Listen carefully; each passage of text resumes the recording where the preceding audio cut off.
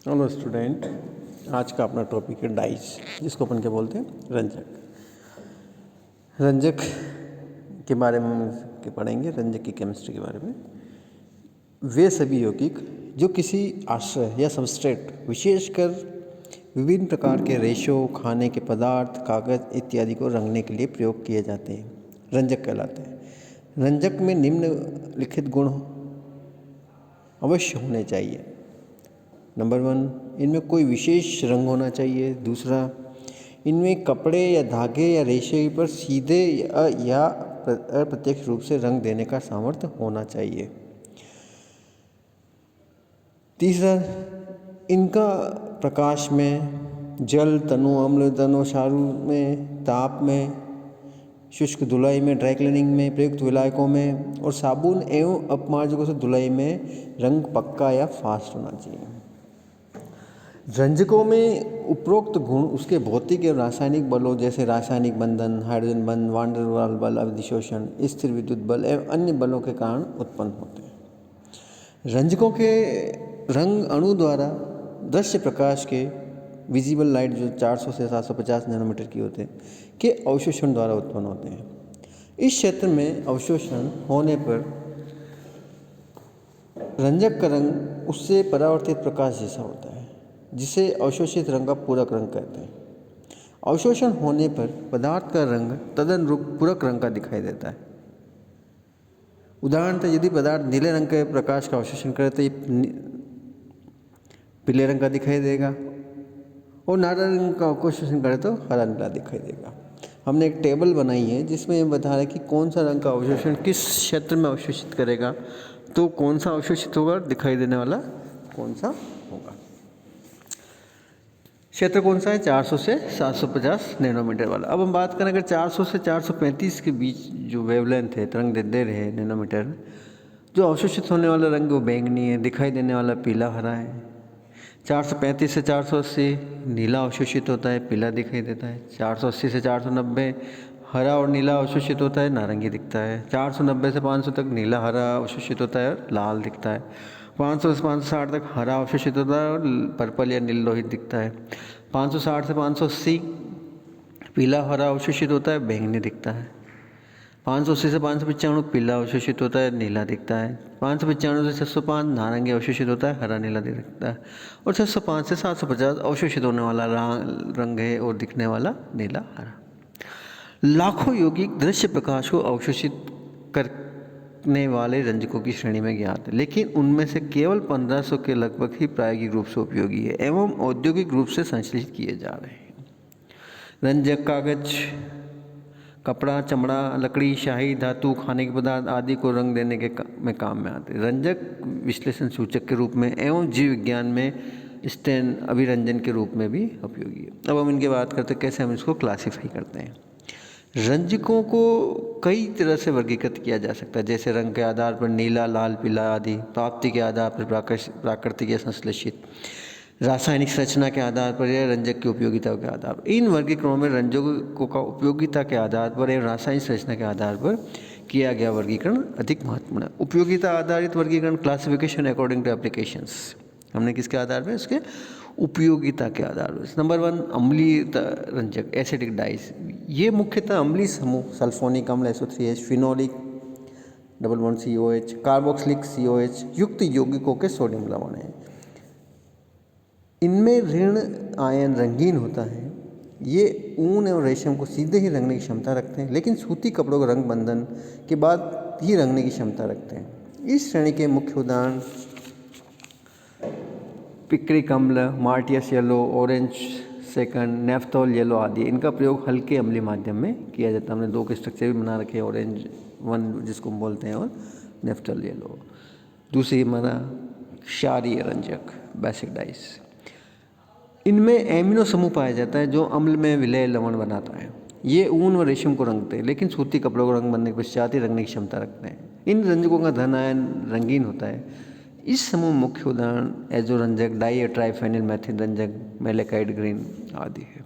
तीसरा, रंग बंधन रंजक, ये जिसको मॉडर्न डाई बोलते हैं। इन रंजकों में 2 या अधिक अम्लीय या क्षारीय समूह पाए जाते हैं। ये सीधे रंगाई प्रयुक्त नहीं होते, किंतु रंग बंधित मॉडर्नेटेड कपड़े को रंग सकते हैं। अम्लीय रंजकों के लिए धात्विक हाइड्रोक्साइड आयन रंग बंधक के रूप में प्रयोग किए जाते हैं, जबकि क्षारीय रंजकों में टैनिक अम्ल रंग बंधन के रूप में प्रयोग किया जाता है। रंग बंधन के लिए पहले तंतुओं को धात्विक लवणों के विलयन में डुबाया जाता है, तत्पश्चात रंजक के विलयन में डुबाया जाता है, जिससे रंजक धात्विक लवणों द्वारा कपड़े पर किलेशन से बन जाते हैं। इस तरह से किलेटेड जटिल लवण जो कि धातु आयन एवं रंजक के मध्य बनते हैं, लाक्षिक लेख कहलाते हैं। उदाहरणतः एल्जीरिन, जिसका हमने स्ट्रक्चर बना रखा है इसके साथ। चौथी कैटेगरी है जिसको हम इनग्रेन डाइज बोलते हैं। इनग्रेन डाइज ये रंजक तंतुओं पर ही निर्मित होते हैं। इन्हें मुख्यतः एजो रंजक के लिए प्रयोग किया जाता है। इसमें कपड़े को फिनॉल या एमीन विलयन में भिगोया जाता है। सूखने के पश्चात डायजोनियम लवण विलयन में भिगोया जाता है, जिसके फलस्वरूप युग्मन रिएक्शन होती है एवं अघुलनशील रंजक कपड़े पर निर्मित हो जाता है। यह कच्चा होता है क्योंकि यह अभिक्रिया सतह पर होती है। इन्हें बर्फ रंग आइस कलर भी कहा जाता है, क्योंकि डायजोटिकरण एवं युग्मन की क्रिया निम्न ताप पर की जाती है। इन रंजकों का मुख्य उदाहरण है पैरा रेड है।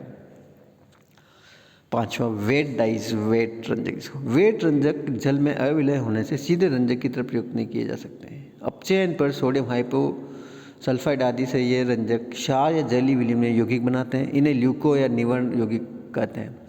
यह ल्यूको रूप तंतुओं पर आसानी से अधिशोषित हो जाता है एवं हवाई ऑक्सीकरणों में पुनः ऑक्सीकृत होकर अविलय रंजक के रूप में प्रकट हो जाता है। इन रंजकों के प्रमुख उदाहरण इंडिको एवं एंथ्राक्विनोन रंजक हैं। वेट रंजक केवल सूती कपड़ों के लिए प्रयुक्त होते हैं, क्योंकि रेशमी एवं ऊनी तंतुक्षारों के प्रति संवेदनशील होती है। रिएक्टिव डाइज, जिसको अगला है क्रियाशील रंजक। इन रंजकों में उपस्थित क्रियाशील समूह सीधे ही तंतुओं से क्रिया कर बहुत अच्छे पक्के रंग देते हैं। इनमें उपस्थित एसिड क्लोराइड समूह सूती का रेशियो में OH समूह, प्रोटीन रेशियो में एमिनो समूह में एस्टर या एमाइड श्रृंखला बनाते हैं। इसी तरह से परिरक्षित डाइज, डिस्पर्स डाइज, ये जल में अविलय रंजक है। इन रंजकों का निलंबन को रेशियो पर डालने से रंजकों के सूक्ष्म कण रेशियो पर फैल जाते हैं। कुछ एजो या एंथ्राक्विनोन रंजकों के कोलाइड विलयन को संश्लेषित रेशियो जैसे रेयन, नायलॉन, टेरिन आदि को रंग देने में प्रयोग किया जाता है। गंधक रंजन, सल्फर डाइज, वेट रंजक की तरह जल में अविलय होने से अपचयित होकर करके प्रयोग में लिए जाते हैं। सामान्य अपचायक के रूप में सोडियम सल्फाइड प्रयुक्त किया जाता है। वायु या अन्य ऑक्सीकरणों से रंजक अधिशोषित रेशियो पर ऑक्सीकृत होकर पुनः अविलय रंजकों में परिवर्तित हो जाते हैं। ये रंजक गहरे और पक्के रंग के होते हैं। इस श्रेणी में सल्फर ब्लैक एक महत्वपूर्ण रंजक। तेल व कार्बनिक विलायकों में विलय रंजक, जल में अविलय इन रंजकों का प्रयोग प्लास्टिक, तेल, वसा, मोम, संश्लेषित बहुलकों के आदि के रंगों में प्रयोग किया जाता है। ये तो हमने बात की थी इनके उपयोगिता के आधार पर। अब हम इनका डिवीजन कर रहे हैं संरचना आधारित working, classification according to chemical composition. रेशे का रंग रंजक एवं रेशे की प्रकृति पर निर्भर करता है। रंजक अणु रेशे के होने से निम्न प्रकार से जुड़ सकता है: सहसंयोजक बंध, स्थिर विद्युत बल, हाइड्रोजन बंध, वान डेर वाल्स बंध। किसी रंजक या रेशे के मध्य बंधन के प्रकार को मुख्यतः रेशे की रासायनिक संरचना निर्धारित करती है।